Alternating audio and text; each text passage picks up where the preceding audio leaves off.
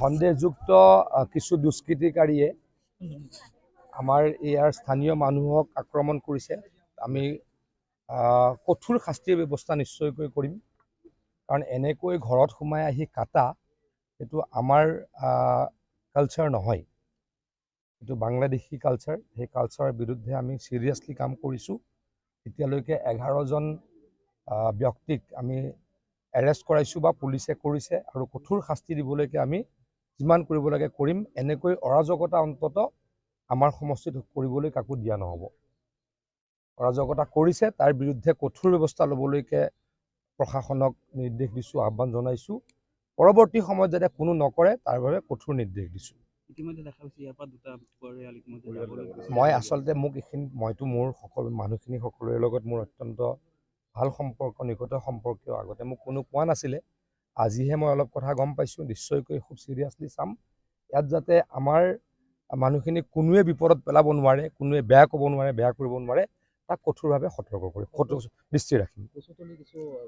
এইটো এতিয়াই শুনিছোঁ, মই এইটো ভালকৈ এতিয়া চেক কৰিম। নমস্কাৰ। আজি আমাৰ জাগিৰোড সমষ্টিৰ স্থানীয় বিধায়ক তথা অসম চৰকাৰৰ সন্মানীয় মন্ত্ৰী পীযুষ হাজৰিকা ডাঙৰীয়া আজি আমাৰ ঘটনাস্থলীত আহিছিলে, আৰু আহি তেখেতে গোটেই ঘটনাৰ বুজ লৈছে, আৰু তেখেতে আমাক আস্থা দি গৈছে যিটো ঘটনা হৈ গ'ল, যিকেইটা মানে অভিযুক্ত এই ঘটনাৰ লগত জড়িত আছে তেওঁলোকক অতি শীঘ্ৰে কৰায়ত্ব কৰি ৰোধকৈ গোটেই শাস্তি প্ৰদান কৰাৰ ব্যৱস্থা কৰা হ'ব। আৰু যিসকল এই ঘটনাত আঘাতপ্ৰাপ্ত হৈছে তেওঁলোকক আৰ্থিক সাহায্য দিয়াৰ ব্যৱস্থা কৰা হ'ব।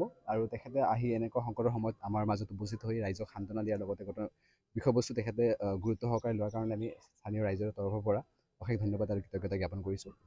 আৰু এনেকুৱা ঘটনা যাতে পুনৰাবৃত্তি নহয় তাৰ কাৰণে আমি কামনা কৰিছোঁ। আৰু তেখেতে ইতিমধ্যে আমাৰ প্ৰতিশ্ৰুতি দি গৈছে যে তেখেতে গোটেই ঘটনাটো গুৰুত্ব সহকাৰে লৈছে, আৰু এনেকুৱা ঘটনা যাতে পুনৰাবৃত্তি গোটেই জাগিৰোড সমষ্টিত নহয় তেনেকুৱা তেখেতে বলিষ্ঠ পদক্ষেপ গ্ৰহণ কৰিব। আৰু আমি আশাবাদী যে এনেকুৱা ঘটনা পুনৰাবৃত্তি নহওক। আমি বিচাৰোঁ শান্তি সম্প্ৰীতি, অসমৰ উন্নয়ন।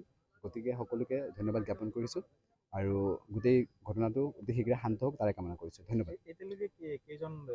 ইতিমধ্যে প্ৰশাসনে জনোৱা মতে তেওঁলোকে যি মূল অভিযুক্ত 4জনক কৰায়ত্ব কৰিছে, আৰু তাৰে তেওঁলোকৰ যিসকল আত্মীয় স্বজন আছে তেওঁলোকৰ ফালৰ পৰা 10-15জনক কৰায়ত্ব কৰিছে, আৰু অতি শীঘ্ৰে তেওঁলোকক বাকী কেইজনক কৰায়ত্ব কৰাৰ তেওঁলোকে ব্যৱস্থা গ্ৰহণ কৰিছে বুলি আমাক জনাইছে। ইতিমধ্যে মানে গাঁৱৰ ৰাইজে জনোৱা মতে যিটো নতুনকৈ ইয়াতে গাঁও এখন হৈ আছে, সন্দেহ কৰিছে যে যিটো কচুতলি উচ্ছেদ অভিযান হৈ গৈছে তাৰপিছত নতুনকৈ গাঁও এখন হোৱাৰ ইয়াতে সম্ভাৱনা তেনেকুৱা হৈছে, আৰু হৈ আছে বুলি তেনেকুৱা এটা হেৰি হৈছে। আৰু তো আমি ইতিমধ্যে অৱগত কৰিছোঁ, আৰু আমাৰ মন্ত্ৰী মহোদয়ে কৈ গৈছে ইয়াৰ বিৰুদ্ধেও পদক্ষেপ গ্ৰহণ কৰা হ'ব। এইখিনি আছিলে আজি মোৰ